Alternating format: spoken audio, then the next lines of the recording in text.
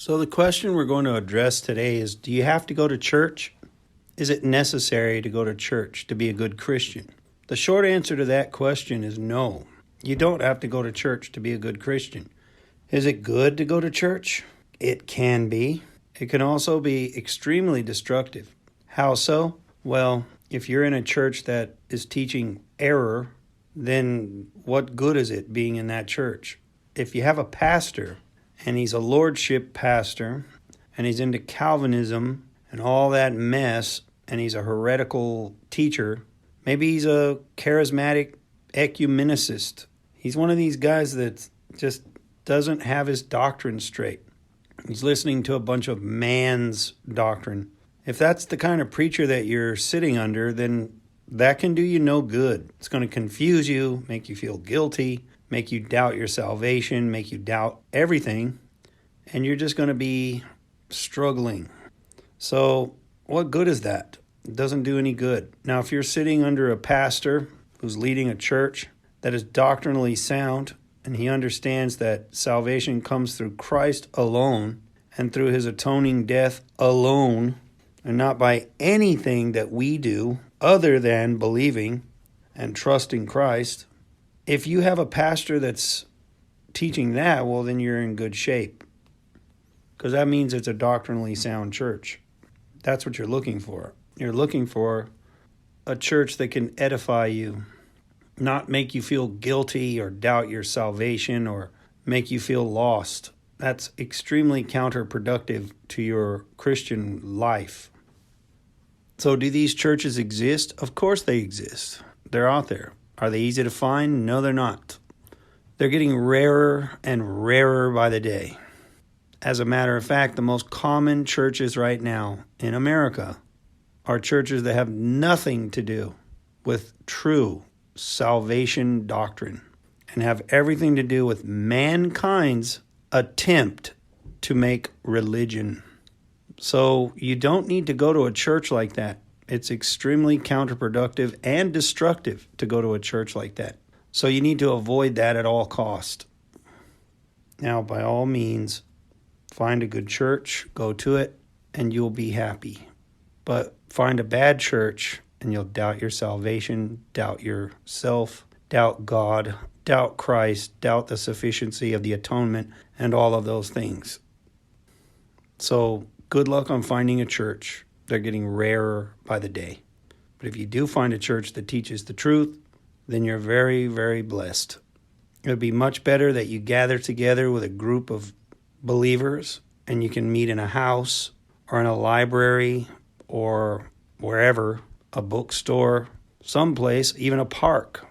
You can meet somewhere and you can have church there. Because remember, the church is not the building. The church is the people.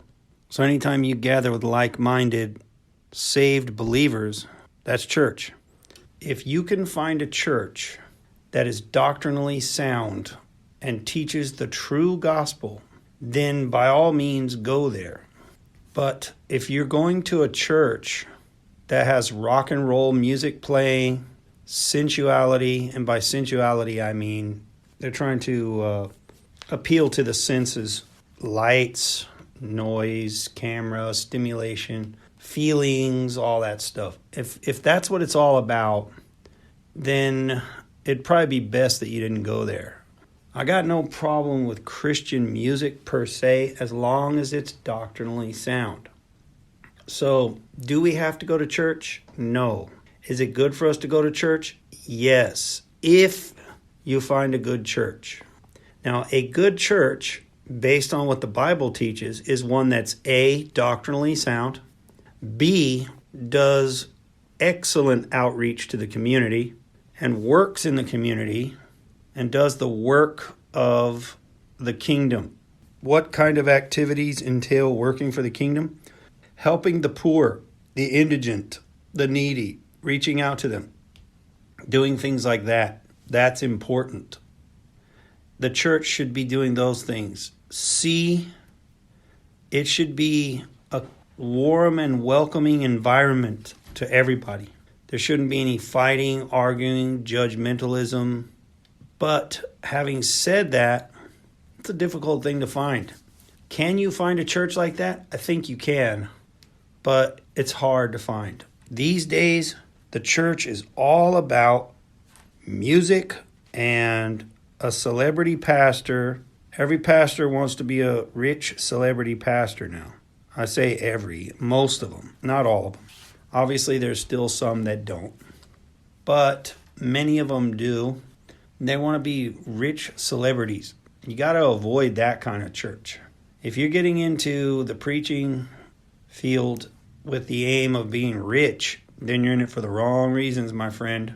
That's not why we go into that. You go into the preaching field to share the gospel and get as many people saved as is humanly possible. All right, so those are my thoughts on church. So if you found a good church that works for you and it keeps you on the straight and narrow path, stressing that Jesus is the only way to salvation and your works are no good for salvation but great for the kingdom after salvation, if that's the message of your church, then by all means get in there and work in the fields of the Lord. Okay, it says in the Bible that the fields are white unto harvest. That's what Jesus said. Well, I believe that's true again. We can always get out there and harvest for the kingdom by spreading the true gospel. If you found a church like that, congratulations, you're in a rare group. But if you're in a church with a celebrity pastor or a rock and roll church with guitars, drums, colored lights, smoke machines, and all that stuff, that's the worldly church. You need to get out of that. You need to move on. Sure, it's fun, but move on. It's not beneficial at all. You might as well be going to secular rock concerts and get as much spiritual value out of it.